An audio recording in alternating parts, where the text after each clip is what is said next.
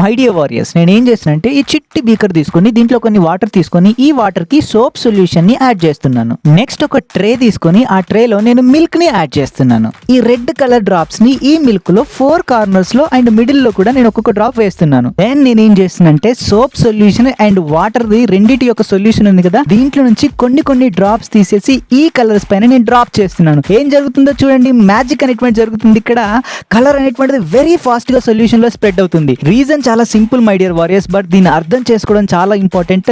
Soap molecule అనేది మనకు negative charge ని కలిగి ఉంటుంది, పాజిటివ్ ఛార్జ్ ని కలిగి ఉంటుంది. మిల్క్ లో మనకి వాటర్ ఉంటుంది, ఫ్యాట్స్ ఉంటాయి, విటమిన్స్ ఉంటాయి, మినరల్స్ ఉంటాయి. ఎస్పెషల్లీ వాటర్ అనేటువంటి మనకి నెగిటివ్ ఛార్జ్ ని పాజిటివ్ ఛార్జ్ ని కలిగి ఉంటుంది. సోప్ లో ఉన్నటువంటి నెగిటివ్ పార్ట్ వాటర్ లో ఉన్నటువంటి పాజిటివ్ ఛార్జ్ తోని కలిసినప్పుడు ఏం జరుగుతుందంటే ఈ సోప్ మొత్తం వాటర్ అంతా స్ప్రెడ్ అవుతుంది. ఇలా స్ప్రెడ్ అయ్యేటప్పుడు మనకి వాటర్ తో పాటు కలర్ కూడా ఫాస్ట్ గా స్ప్రెడ్ అవుతుంది. That's the simple.